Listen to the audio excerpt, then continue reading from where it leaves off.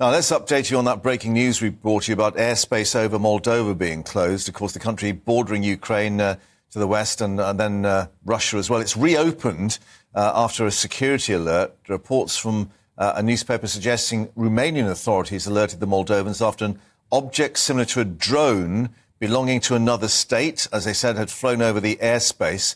Let's speak now to Stephen Hall, lecturer in Russian and post-Soviet politics at the University of Bath. And Stephen, I think Moldova clearly has been on alert. They've had some other, I think, missiles and various artillery pieces going over their airspace, and they are very anxious not to be drawn into this conflict.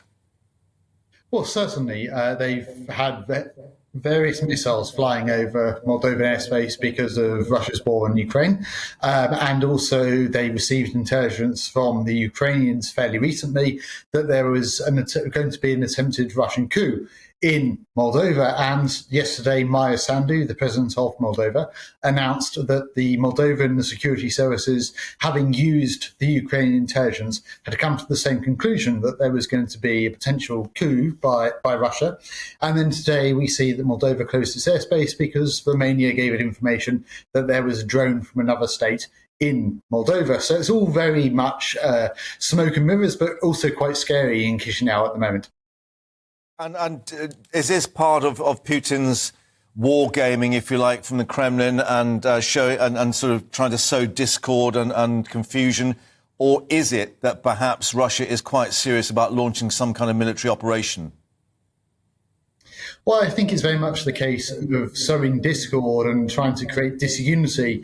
I don't think that Russia has the capacity militarily to start a whole new front in Moldova. Yes, there's the breakaway Republic of Transnistria that's pro-Russian, but Russia cannot send enough forces to Transnistria, and it would need to take a death to do that. So, yeah. And certainly the latest reports, suggestions that, we've talked about this spring offensive that the Russians are trying to mount. I think there's a detachment of Marines that have been lost to the Russians. Reports from the Ukrainians certainly claims that Russian troops are being lost at a vast rate. I mean, what do we read into the Russian approach? Will they just keep putting people over the top, cannon fodder as they've been described? I think to a great extent at the moment we are seeing around Uladar, the Russian paratroopers, the Marines, they were affected, certainly. The Donbass offensive seems to have slowed down, if it ever really began, and Russia will keep on trying to push away. But we can also see that the Americans have announced that they will support Ukraine in their spring offensive.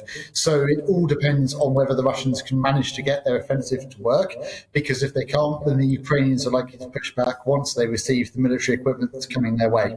So this will be particularly interesting, and I think that we will see Russia keep on sending forces into the quagmire.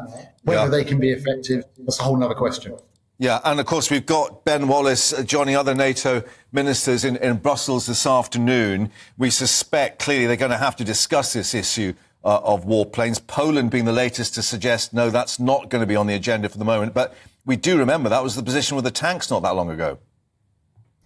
I think that at the moment the military planes, they're not going to come. Ukrainian pilots would need to be trained. They will take a long time to get F-16s, F-15s together in sufficient quantities. Yeah. But we will start to see in terms of tanks being processed yet again. We're talking about Polish tanks now, the Płady, I think they're called, coming into the Ukrainians along with obviously the Leopards. So tanks at the moment, missiles, air defence, and maybe down the line, airplanes.